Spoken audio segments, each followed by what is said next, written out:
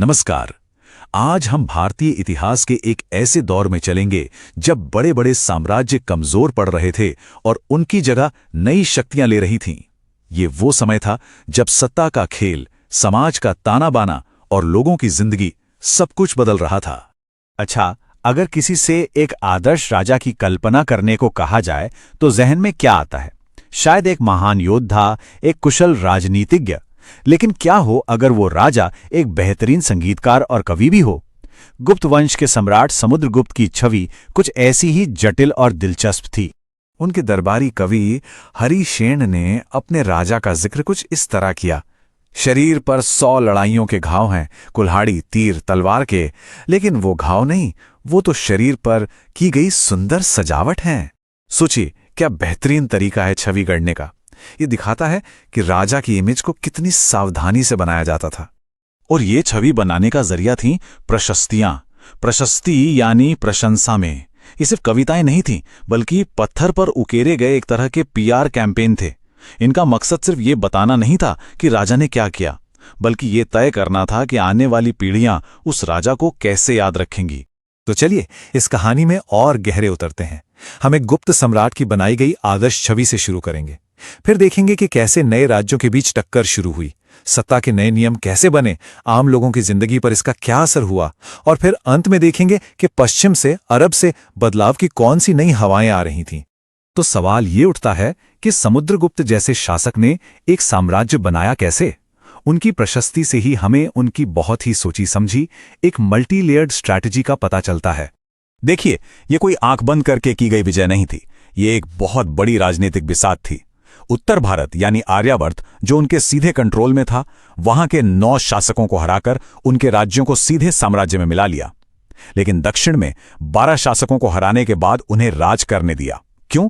क्योंकि वो जानते थे कि इतनी दूर से सीधे शासन करना मुश्किल होगा, तो उन्हें अपना सामंत बना लिया और पड़ोस के राज्यों से तोहफे और टैक्स लिए और दूर के राज्यों से वैवाहिक संबंध बनाए।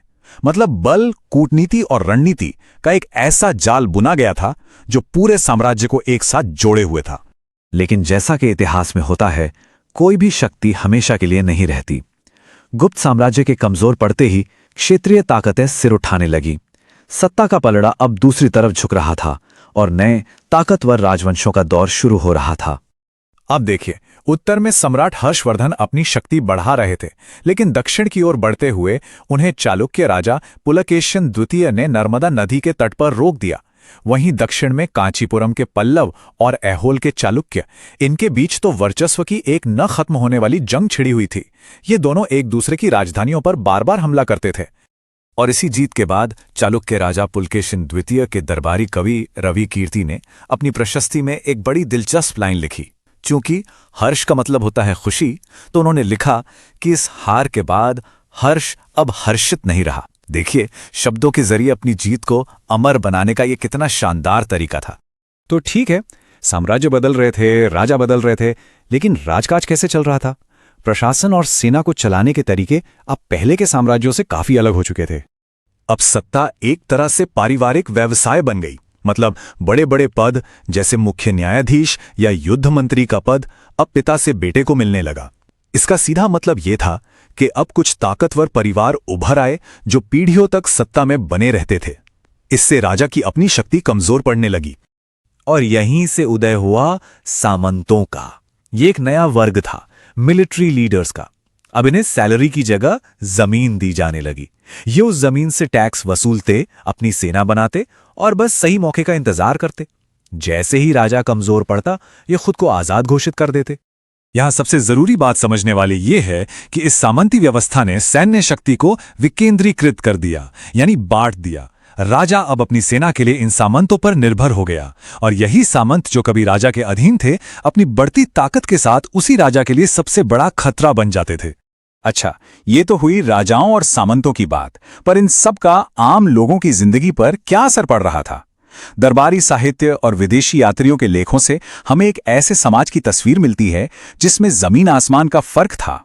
महान कवि कालिदास के नाटकों में देखिए, समाज का बंटवारा भाषा में भी दिखता है। राजा और ब्राह्मण संस्कृत बोलते हैं, जो कि ज्ञान और शक्ति की भाषा मानी जाती थी। वहीं महिलाएं और बाकी सभी आम लोग प्राकृत बोलते थे। मतलब दरबार के अंदर भी एक साफ सामाजिक हैसियत तय थी। चीनी यात्री फाहियान ने उस समय के अछूत माने जाने वाले लोगों के बारे में ये बहुत ही कड़वी सच्चाई लिखी। उन्होंने लिखा कि जब ये लोग शहर में आते थे तो उन्हें लकड़ी का एक टुकड़ा बजाना पड़ता था ताकि बाकी लोग उन्हें देखकर उनसे दूर हट जाएं और उन्हें छूने से बच सकें। ये शाही महलों की चकाचौंध से बहुत दूर की एक कठोर हकीकत थी। और इस फर्क को कवि बाणभट्ट ने बहुत ही खूबसूरती से दिखाया है। जब राजा की सेना कहीं से गुजरती थी तो राजा के लिए वो एक शानदार जुलूस होता था, संगीत, नगाड़े, हाथी, शाही सामान, सब कुछ। लेकिन जिन गांवों के ऊपर से वो सेना गुजरती थी उनके लिए वो एक तबाही थी। हाथियों के पैरों तले कुचली हुई झोपड़ियां, बर्बाद फसलें और हर तरफ सिर्फ धूल का गुबार। अब जब भारतीय उपमहाद्वीप में ये सब चल रहा था तो पश्चिम में अरब के रेगिस्तानों से एक नई हवा बहनी शुरू हो चुकी थी। एक ऐसा बदलाव जो जल्द ही भारत के तटों तक पहुंचने वाला था। अरब के व्यापारी और नाविक भारत के पश्चिमी तटों से सदियों से परिचित थे। यहां व्यापार होता था, लेकिन अब वो अपने साथ सिर्फ सामान नहीं बल्कि एक नया धर्म, एक नई आस्था भी ला रहे थे।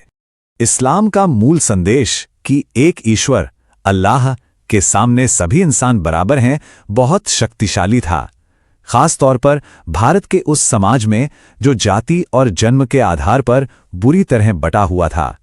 इस नए विचार ने लोगों को अपनी ओर खींचा और यहीं से उपमहाद्वीप में सांस्कृतिक और धार्मिक मेलजोल का एक नया अध्याय शुरू हुआ।